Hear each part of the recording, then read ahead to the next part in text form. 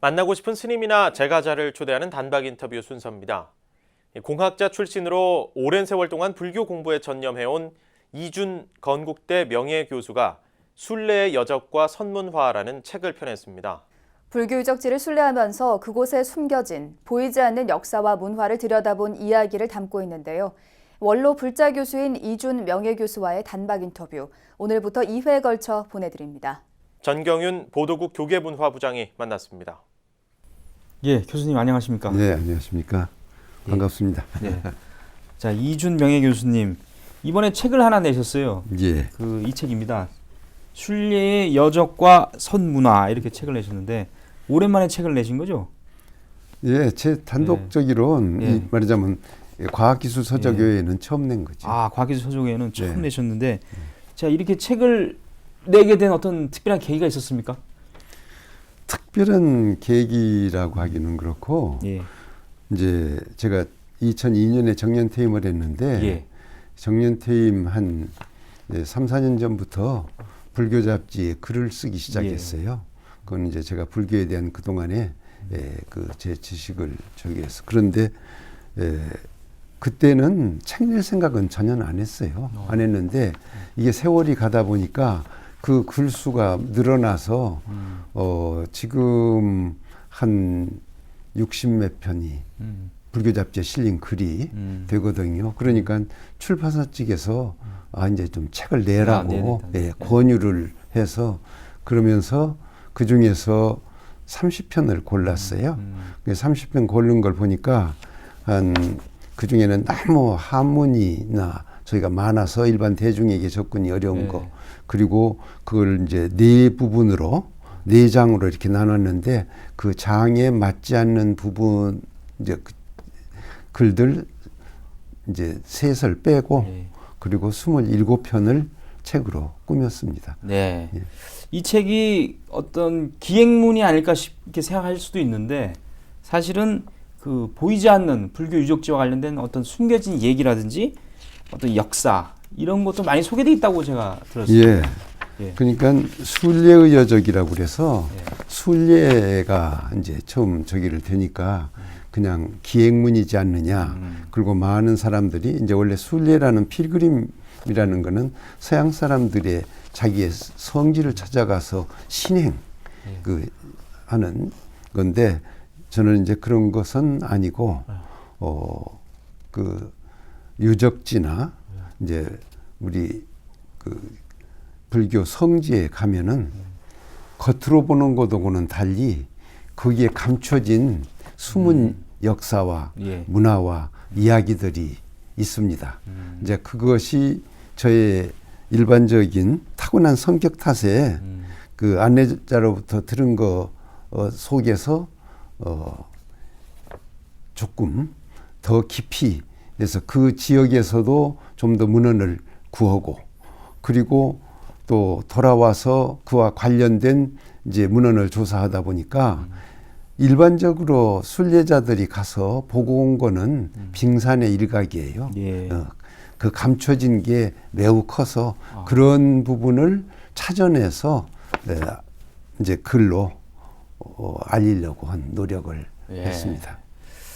그렇군요. 이 책이 또 이 교수님께서는 불교하고 현대 과학의 관계에 대해서 좀 설명하는 부분이 있는데 어떤 관계가 있는 겁니까?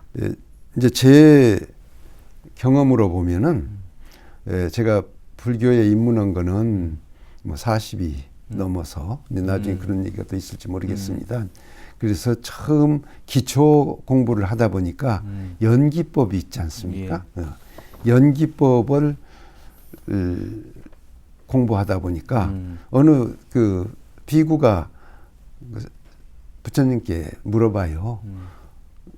세존의 가르침은 연기법인데 그 연기법은 세존이 만든 것입니까?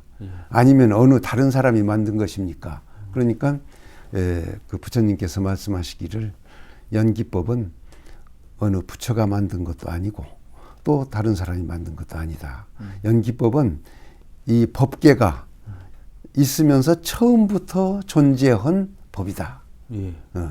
그거를 모든 사람들이 잘 모르고 있지만 나는 밝게 완전히 깨달아서 여러 사람에게 그 펴서 가르칠 따름이다. 네.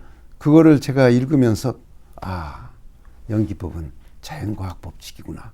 왜냐하면은 우주에 처음부터 있었던 법칙은 자연과학 법칙이거든요. 네, 네. 예. 그래서 깊이 관심을 갖게 돼서 1980년대 초에 연기법과 자연과학이라는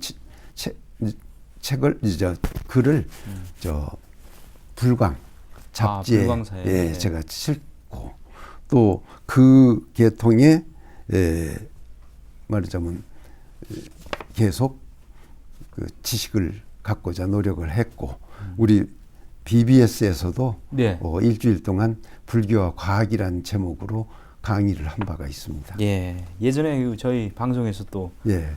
강의를 하셨고 교수님 하면은 뭐 화학공학을 전공하시고 건국대학교 융합신소재공학과 교수를 지내시다가 2002년에 명예퇴직을 하시고 그래서 아까 말씀하셨습니다만 40대 불교에 입문하셨는데 공학자로 쭉 살아오시다가 40대 불교에 입문해서 한국교수불자연합회 회장까지 하시고 그 불교에 입문하게 된 과정 이게 참 궁금합니다. 예. 제가 미국에 있을 때는 쾌카만 못 가봤지 모든 기독교 종파들을 그 교회를 가서 오고 대화도 해보고 그랬어요. 근데 그거는 기독교는 인과가 없습니다. 예. 역설적이고 무조건 믿어야 되고 또 죄를 아무리 지었어도 믿기만 하면 다 사해지고 이건 도저히 받아들일 수가 없어요. 그러던 차 이제 한국에 돌아왔는데 원불교 종로교당에 교무라면은 이제 절 같으면 주지격인데 거기에 종로교당 교무가 저희 중학교 때 친했던 동기동창이 하나 있었어요. 그 사람이 저를 이제 원불교로 끌어들이려고 상당히 노력을 했어요. 그래서 같이 일이 총부에 가서 교수들 수련회에 일주일 동안 참석을 했는데 그러면서 원불교 교전을 접해보니까 원불교를 창시한 분은 소태산 박준빈 인데 그 소태산께서 그 대종경이란 경전 서두에 성자 중에 성자는 석가모니 부처다.